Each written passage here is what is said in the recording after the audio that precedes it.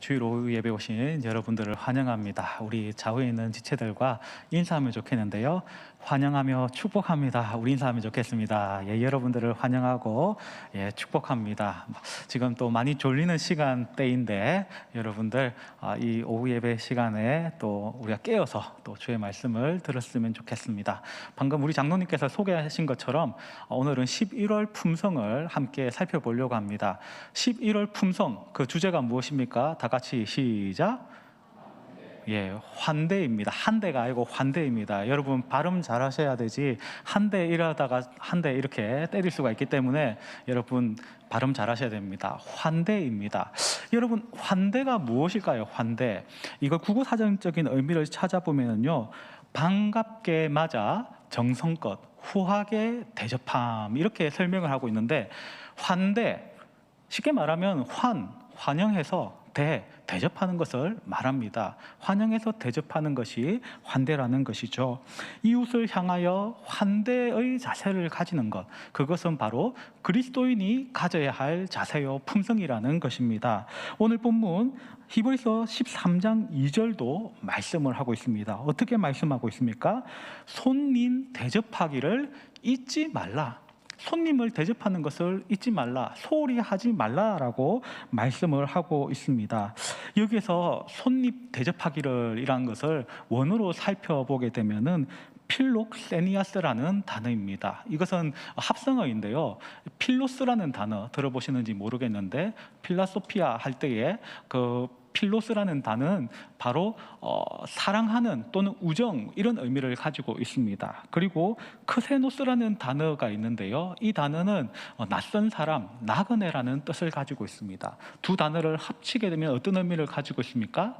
나그네를 사랑하는 이라는 뜻을 가지고 있는 것이 바로 손님 대접하기를의 원뜻인 것입니다. 곧 낯선 사람을 나의 친구처럼 가족처럼 돌보는 것, 이것이 바로 환대의 기본 정신이라는 것입니다.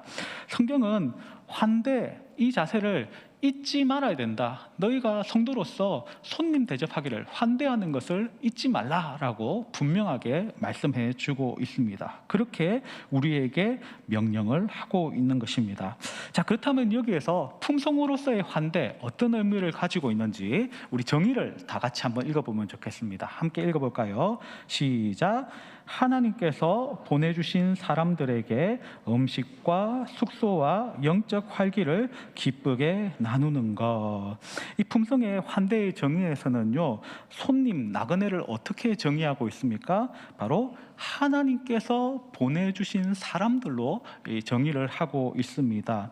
우리 가정을 또는 우리 교회에 방문하는 손님이 그냥 일정이 되어서 아니면 우연히 이렇게 찾아오는 손님이 아니라 바로 하나님께서 계획하시고 보내주신 사람들이다라는 것을 전제한다는 것입니다.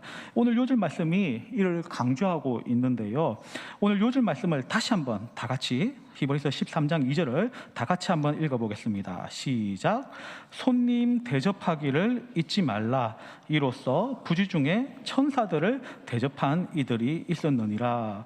이게 무슨 말입니까? 낯선 나그네를 대접했는데 알고 보니 천사였더라. 혹시 여러분들 이런 사람들이 주위에 있지 않습니까? 여러분이 아시는 분 중에서 내가 손님을 치렀는데 알고 보니까 천사였어 라고 하는 그런 분이 있지는 않습니까? 분명히 여러분들이 아는 분 중에서 그런 분이 있습니다. 누굴까요? 성경에 있습니다. 바로 믿음의 조상 아브라함이 바로 그 주인공입니다. 창세기 18장에 보면은 아브라함이 이제 날씨가 무더워지는 점심때쯤에 되었을 때에 집 앞에 좀 한가롭게 앉아 있었습니다. 그때에 낯선 사람 세 사람이 불쑥 이렇게 나타난 겁니다. 그때 아브라함은 어떻게 했을까요? 급하게 달려가서 그들을 영접하였고요, 극진하게 환대하였었습니다. 그럼 이 세 사람은 누구였을까요? 그 중에 한 분은 현현하신 하나님이었고 나머지 두 사람은 천사였습니다.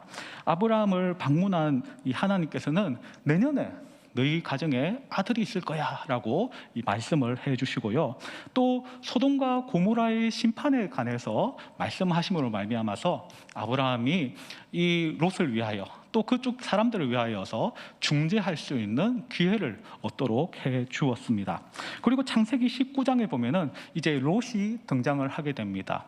앞서 보았던 이 아브라함을 방문했던 그 두 사람, 그 천사들은요, 이제 롯을 방문하게 되었는데, 롯은 당시에 소돔에서 나그네 생활을 했지만은 그럼에도 불구하고 성문에 앉아 있는 주요 직책을 차지하는 그런 사람이 되었습니다. 그래서 성문에 앉아 있는데 낯선 두 사람이 오는 것이었습니다. 그런데 이제 밤이 되다 보니까 밤에 어떤 일이 일어날지, 그 사람들을 방치하게 되면은 어떤 위험한 일이 일어날지를 예상했던 롯은요, 가서 극진하게 그들을 맞아들이고 자신의 집에서 그들을 환대하며 섬겼었습니다.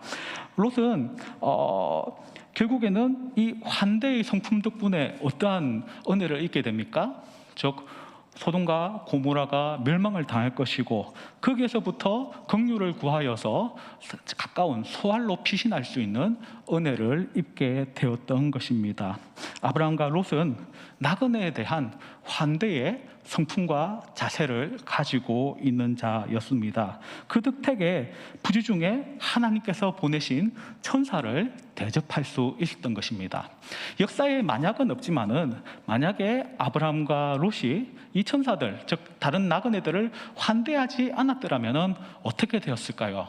아마 성경의 내용들이 달라져 있을지도 모를 이야기인 것입니다.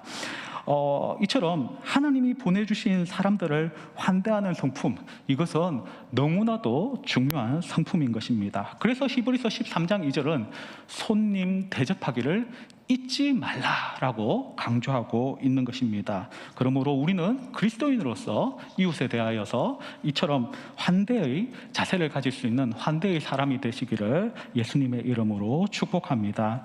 그렇다면 환대를 위해서 구체적으로 어떤 실천사항들이 있을까요? 자, 첫 번째를 다 같이 한번 읽어볼까요? 시작! 손님 맞을 준비를 한다. 자, 여러분들이 오늘 집에 가실 겁니다. 그 집에 갔는데 갑자기 우리 목사님이라든지 누군가 갑자기 집사님 계십니까? 하고 쑥 들어오려고 하신다. 여러분들 어떨까요? 아마 대부분은 당황하실 것 같습니다. 아마 어떤 사람이 갑자기 여러분 집을 방문한다면 대부분의 경우에는 난처해할 가능성이 높습니다. 왜 그럴까요? 일단 손님 맞을 준비가 안 되어 있기 때문에. 일단 여러분들 집이 안 깨끗하잖아요. 다 어지러워져 있잖아요. 그리고 또 어떤 문제들이 있을까요? 아마 손님을 모신다고 해도 대접할 수 있는 다각거리 이런 것들이 준비되지 않았기 때문일 것입니다. 이걸 살짝 뒤집어서 생각을 해보면요, 우리의 집이 평상시에 어지러워져 있고 또 다각거리가 준비되어 있지 않다는 것은 평상시 내가 손님을 맞을 그러한 것들을 염두에 두지 않고 있다는 것을 또한 전제한다라고 볼 수가 있습니다.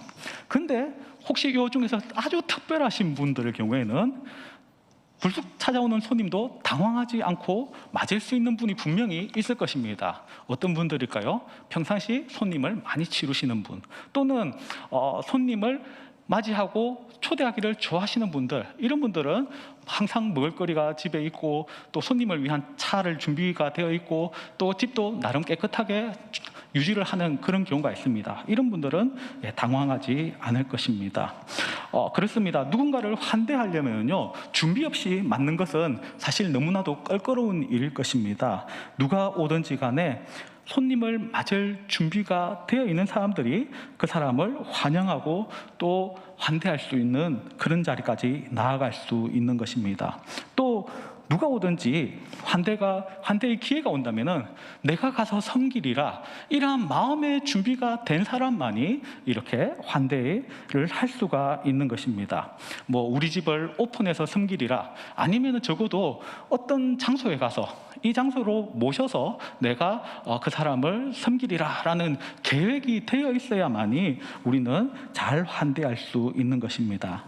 앞서 아브라함의 경우를 보았는데요, 아브라함을 찾아온 방문객들도 예고 없이 찾아왔습니다. 그럼에도 불구하고 아브라함은 그들을 맞아들일 수 있었고 잘 섬길 수 있었던 것은, 그는 항상 나그네나 손님을 맞을 수 있는 마음의 준비, 그리고 초소가 준비되어 있었기 때문인 것입니다. 그런데요, 우리 민족을 한번 생각을 해보면 좋겠습니다. 우리 민족은 전통적으로 환대를 잘하는 그런 민족인 것 같습니다. 예를 들어 저도 드라마에서만 봤겠지만은 지나가는 나그네가 주인장 계시오 또는 이리 오너라 뭐 이렇게 하면은 오늘 하룻밤만 묵고 갈 수 있겠습니까 하면은 많은 경우가 그를 환영해주고 잠자리를 제공하고 더 나아가서 별로 집에 가진 건 없지만은 찬을 준비해서 먹거리를 제공하기는 합니다. 이런 환대의 정서는요, 우리 민족의 가옥의 구조에서도 그대로 나타나는 것 같습니다. 바로 사랑방이 그러한데요. 사랑방은 원래 주인이 거처하는 방이면서 동시에 이제 손님을 맞이하는 응접실의 역할을 하였었습니다. 그리고 필요하면은 그 방을 손님을 위해서 내어줘서 숙박을 할 수 있도록 해 주었습니다. 이런 방이 있다는 것 그 자체만으로도 손님을 맞을 준비가 되어 있다, 이렇게 볼 수도 있을 것입니다. 그런데 우리 교회에도 사랑방이 있다는 거 알고 계십니까? 예, 바로 선교관이 그러합니다. 교회가 환대하고 섬겨야 할 하나님이 보내주신 사람들, 어떤 사람들이 있을까요? 대표적으로 선교사님들이 있을 것입니다. 선교사님은 그야말로 주님의 지상 명령을 받들어서 그 말씀에 순종하기 위하여 땅끝에 가서 복음을 전하는 그런 분입니다. 땅끝에 나가서 복음을 전한다는 것은 결국에는 국내에서 누려왔던 그 지위, 혜택, 이런 모든 권리들을 포기하고 나아가는 것입니다. 곧 다른 타국에서 이방인으로서 살아가는 것을 의미하게 되는 것입니다. 그런데 이것은 아이러니하게도 그분들이 국내에서 모든 것을 버리고 나갔기 때문에 그분들이 다시 우리나라를 방문하게 되면은 우리나라에서도 또한 이방인처럼 되어버린다는 것입니다. 살 곳이 없고 거쳐가고 머물 곳이 마땅치 않은 것입니다. 이런 점에서 우리 교회가 금년에 선교관을 시작한 것, 이것은 정말 하나님이 기뻐할 만한 그런 일이라 저는 굳게 믿고 있습니다.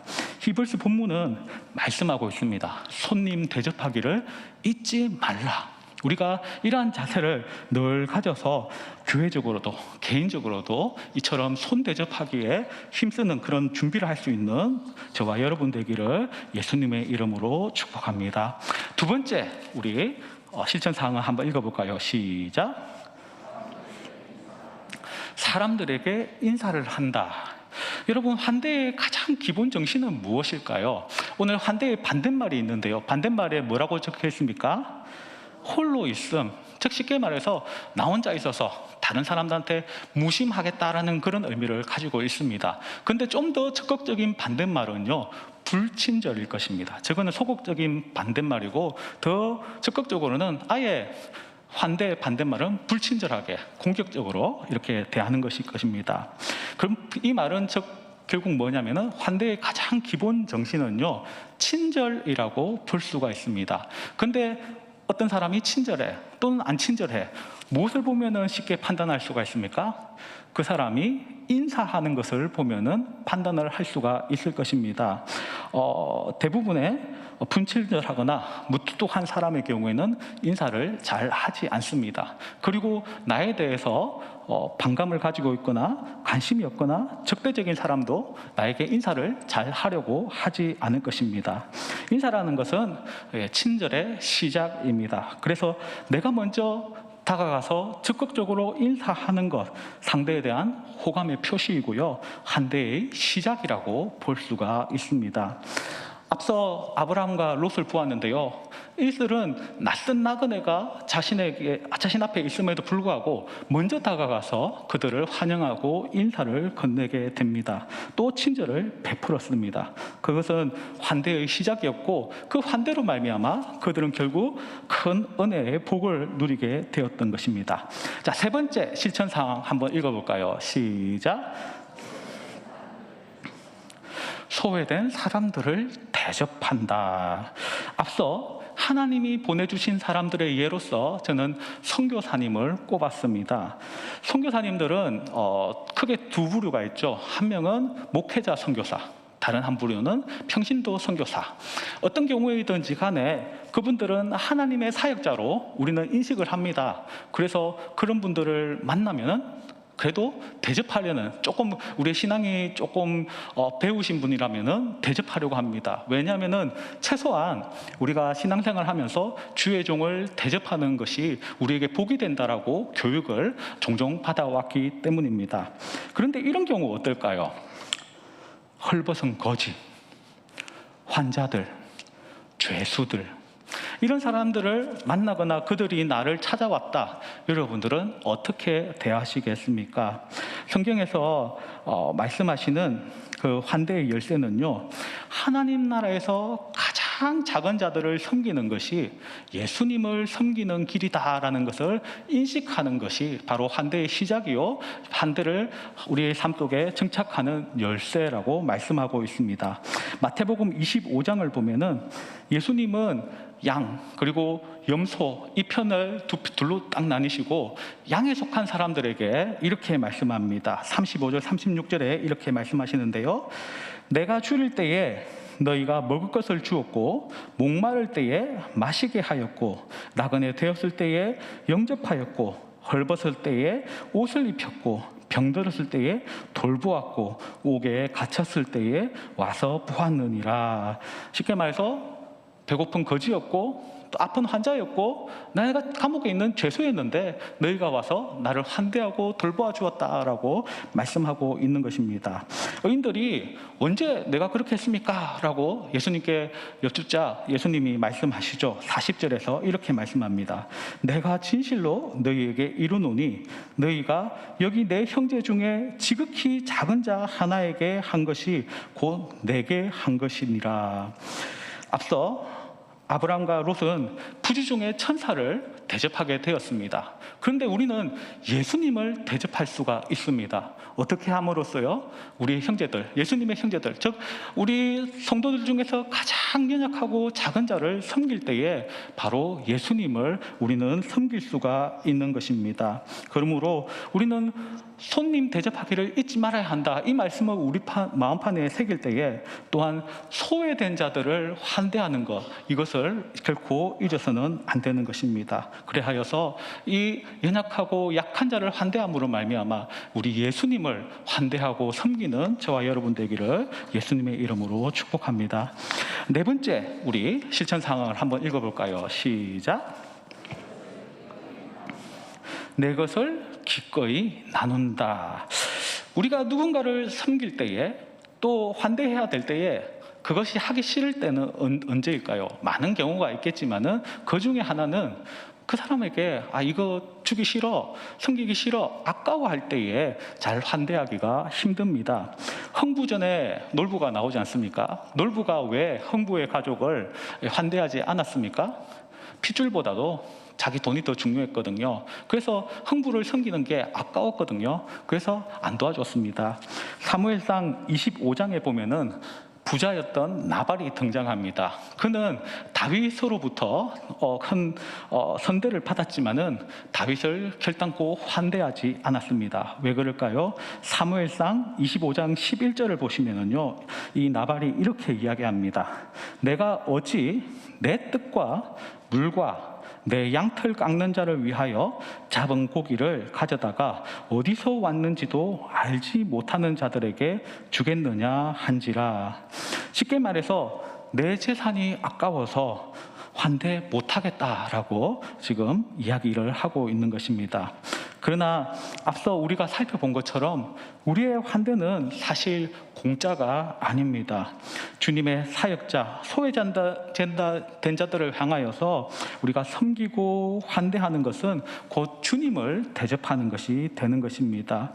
하나님의 가품이 있는 참으로 귀한 일이 되는 것입니다. 그러므로 우리가 손님 대접하기를 잊지 말아야 할 때에 특별히 내 것을 기꺼이 나눈다, 이런 자세를 가질 수 있기를 예수님의 이름으로 축복합니다. 그런데 지금 여담인데 제가 마스크를 쓰고 설교하고 있네요. 그죠? 잠시 벗도록 하겠습니다. 여기 있는데 뭔가 좀 숨이 차고 좀 그런 느낌이 들었습니다. 죄송합니다. 우리 다섯 번째, 그러면 실천 상황을 다 같이 한번 읽어볼까요? 시작. 아무런 보답을 바라지 않는 것, 이것이 바로 환대의 실천 상황입니다. 우리는 많은 것에 있어서 경제 논리로 취급하고 그렇게 접근하는 경우가 많습니다. 기브 앤 테이크, 내가 투자하면은 거둘 수 있는 것, 이런 것을 우리가 선호하지, 투자했는데 아무것도 돌아오지 않더라, 이런 것은 우리가 외면하기 싫습니다. 앞서 나발은 부자임에도 불구하고 다윗을 향하여 선대하는 것을, 또 환대하는 것을 꺼렸습니다. 왜 그럴까요? 나발이 계산기를 두들겨 봤을 때에 다윗을 돕는 것은 자신에게 무의미한 일이었거든요. 다윗을 도와줘봤자 돌아올 것이 별로 없다라고 계산이 나왔기 때문입니다. 사무엘상 25장 10절에서 나발이 말합니다. 나발이 다윗의 사환들에게 대답하여 이르되 다윗은 누구며 이새의 아들은 누구냐? 요즘에 각기 주인에게서 억지로 떠나는 종이 많도다. 나발이 보았을 때 다윗은 어떤 존재라는 것입니까? 그저 도망자, 나그네, 사울에게 쫓기는 종, 이 정도 수준으로 보았던 것입니다. 그런 자에게 자신의 소유를 이렇게 쪼개서 섬겨봤자 자기한테 돌아올 것이 아무것도 없다라고 여겼던 것입니다. 우리는 누군가에게 보상을 바라고 환대할 수가 있습니다. 만약에 그런 것, 보상을 바라고 환대한다면 어떤 사람을 환대하는 게 우리에게 유리할까요?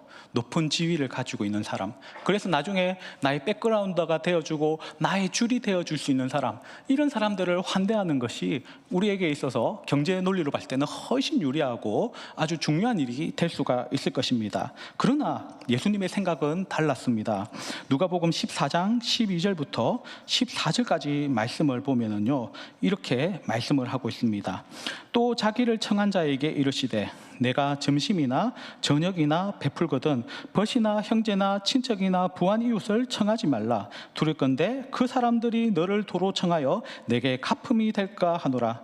잔치를 베풀거든 차라리 가난한 자들과 몸 불편한 자들과 저는 자들과 맹인들을 청하라. 그리하면 그들이 갚을 것이 없으므로 내게 복이 되리니 이는 어인들의 부활 시에 내가 갚음을 받겠음이라 하시더라. 즉 예수님께서는 자신에게 어떠한 혜택이 돌아오는 사람들을 잘 환대하고 잘 섬기라는 것이 아니라 그렇게 할 수 없는, 투자해도 돌아오지 않는 그런 사람들을 오히려 환대하고 환영하라라고 말씀을 하고 있습니다. 만약에 한번 생각을 해보십시오. 우리 주님이 경제 논리로 우리를 바라보셨다면은 예수님께서 우리를 위하여 죽으실 이유가 있을까요? 하나님께서 그의 아들을 경제 논리로 우리 인간에게 뭔가 투자를 해서 살려놓으면 뭔가 돌아오는 것이 있기 때문에 예수님을 죽이겠다 하면은 그럴 이유가 있을까요? 인간은 암만 유능해봤자 유한한 존재입니다. 유한한 존재를 묶어가지고 아무리 모아봤자 유한 플러스 유한은 유한일 수밖에 없습니다. 그에 반면에 하나님의 아들이신 예수님은 무한하신 분입니다. 인간을 아무리 모아도 예수님의 가치에 이를 수가 없습니다. 쉽게 말해서 하나님께서는 유한한 인간을 구원하시기 위하여서 무한하신 아들 예수 그리스도를 십자가에 못 박아 죽도록 하셨던 것입니다. 이것은 벤처를 팔아서 소달구지를 끄는 어리석은 일과도 같을 수도 있습니다. 경제 논리로 따졌을 때에 이 얼마나 큰 낭비겠습니까?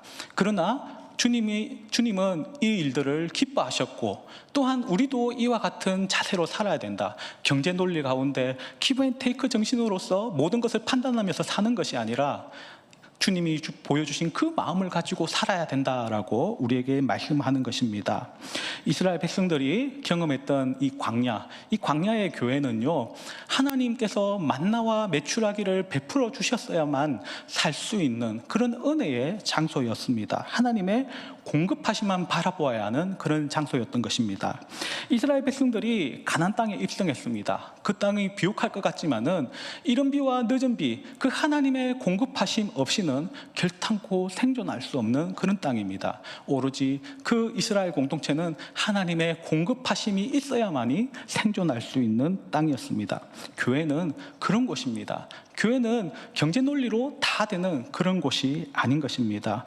교회는 우리의 인간의 계산, 수치, 통계 이 모든 것을 넘어설 수 있는 공간입니다. 왜 그렇습니까? 하나님의 은혜의 공급이 함께하는 곳이기 때문입니다. 그러므로 교회는 하나님의 공급하심을 바라볼 수 있는 거룩한 공동체가 되어야 되는 것입니다. 사르밧 가보에게 엘리야가 찾아왔습니다. 사르밧 가보는 아무것도 가진 것이 없습니다. 통에 밀가루 한 줌, 그리고 기름 조금 남아 있습니다. 이거 먹고 아들하고 먹고 나서 이제 죽을 준비를 하는 그러한 가정이었습니다. 근데 엘리야를 환대했을 때 어떤 일이 일어났습니까? 그 통에 있는 가루가 다 없어지고 기름이 다 없어져서 결국엔 다 굶어 죽었더라. 성경은 그렇게 기록하고 있지 않습니다. 오히려 그 통에 가루가 마르지 아니하고 기름이 마르지 않는 놀라운 기적에 의해서 이미 굶어 죽었어야 할 그 가부와 아들이 그 가뭄의 때를 이겨냈다라고 우리에게 그 이야기를 소개하고 있습니다. 그렇습니다. 하나님의 공급하심을 받는 곳, 그곳이 바로 교회인 것입니다. 우리 교회는요, 사실 하나님의 은혜의 복으로 말미암아서 다른 교회에 비해서 재정이 넉넉한 편인데, 많은 경우 이제 재정이 부족하게 되면은 긴급 재정을 하시지 않습니까? 그러면은 그때 제일 먼저 긴급 재정에서 예산을 딱 줄이는 곳이 두 군데가 있습니다. 어딜 것 같습니까? 하나는 선교부이고 다른 하나는 교육부서입니다. 그 두 부서는 그 선교 자금을 그 예산을 줄여도 별 말을 못하는 그런 곳이기도 합니다. 땅끝에서 사역하시는 우리 선교사님들의 사역에 후원이 끊어지게 되고 교육 예산이 줄어버리게 되는 것입니다. 만약에 다른 데 예산을 줄이게 되면은 다른 분들은 장성하신 분들이기 때문에 이렇게 불만을 드러내고 따질 수도 있겠지만은, 이곳을 예산을 줄인다고 해서 선교사님들이 항의할 수 있겠습니까? 교육부서 간식이 없다고 해서 어린이들이 데모를 하겠습니까? 아무런 이런 반응이 없는 곳이기도 합니다. 그들을 한다고 해서 당장에 보상이 없을 수도 있고, 선교부서를 투자한다고 해서 우리 교회에 이득되는 거 없지 않습니까? 주일학교에 투자한다고 해서 당장에 그들이 헌금 많이 내는 거 아니지 않습니까? 그래서 우리가 당장 이러한 환대를 끊는다고 해도 손해보는 것 같지는 않아 보이기도 합니다. 그러나 우리 주님의 마음이 어디를 향하였는지 우리는 생각해 볼 필요가 있습니다. 주님은 바로 그 선교사님을 향하여 마음이 가 있고, 또 주님은 바로 우리 어린 생명들을 향하여 그 마음이 가 있음을 우리는 기억해야 할 것입니다. 별로 돈 안 되는 그 아이들을 향하여 우리 예수님의 마음이 가 있는데요, 누가복음 9장 48절에 이렇게 말씀합니다. 누구든지 내 이름으로 이런 어린 아이를 영접하면 곧 나를 영접하며, 어린이를 환대하고 그들을 섬기는 것은 예수님을 섬기는 일이다라고 또한 말씀을 하고 있는 것입니다. 그러므로 여러분, 이 주일학교 학생들, 어린이들을 환대하시기를 바랍니다.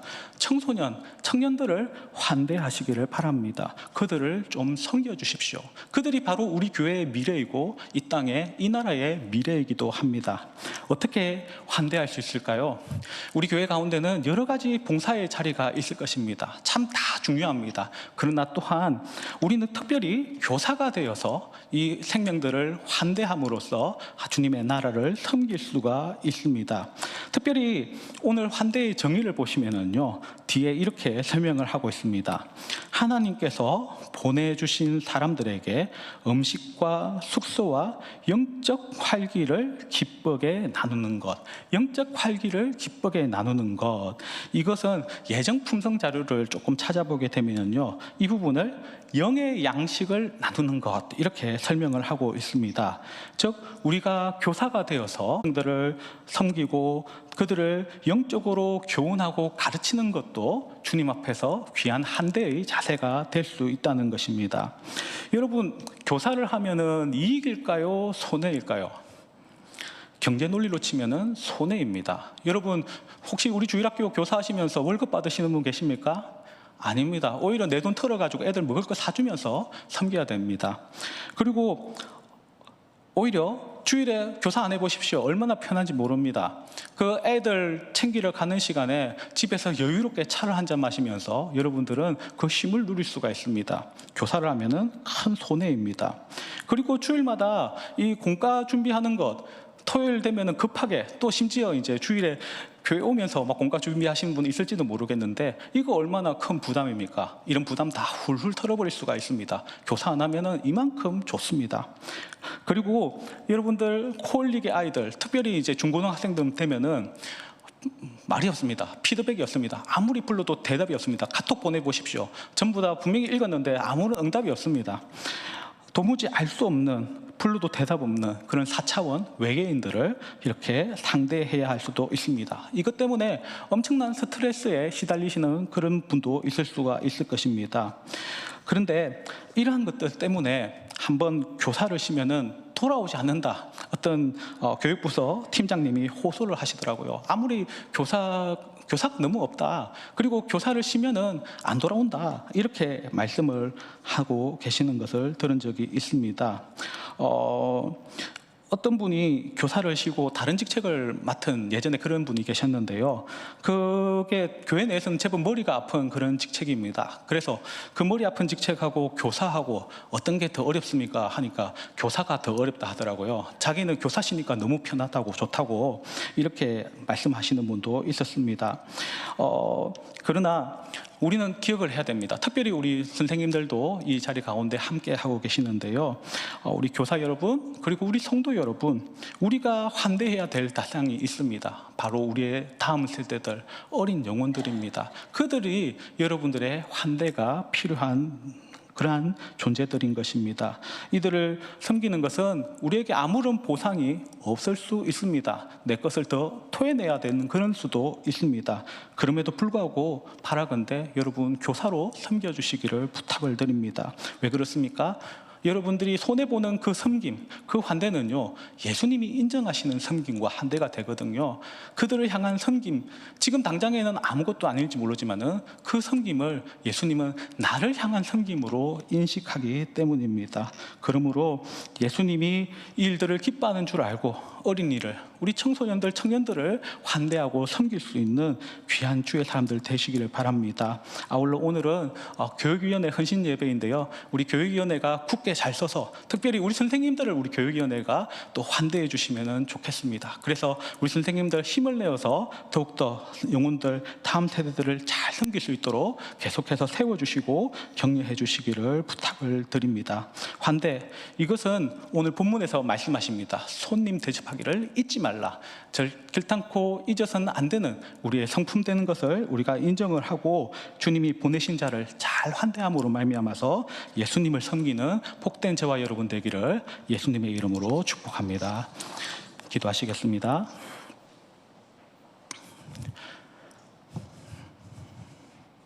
자비의 아버지 하나님, 손님 대접하기를 잊지 말라라고 우리에게 말씀하시는데 참으로 하나님께서 보내신 자들을 우리가 잘 환대하여서 그 섬김이 천사를 환대하는 것이 되게 하시고 예수님을 섬기는 그 섬김이 될 수 있도록 은혜를 베풀어 주시옵소서. 특별히 주님이 보내신 우리의 선교사님들, 또 소외된 자들, 우리의 어린이와 다음 세대들 잊지 않게 하여 주시고 그들을 참으로 예수님처럼 섬김으로 말미암아 하늘의 상급을 많이 쌓는 그런 주의 축복받는 백성들이 될 수 있도록 은혜를 베풀어 주시옵소서. 우리 삶 가운데 늘 섬김으로 환대로 행함으로 말미암아 주님을 영화롭게 하는 주의 자녀들 되기를 간절히 소망하고 이 모든 것 예수님의 이름으로 기도합니다. 아멘.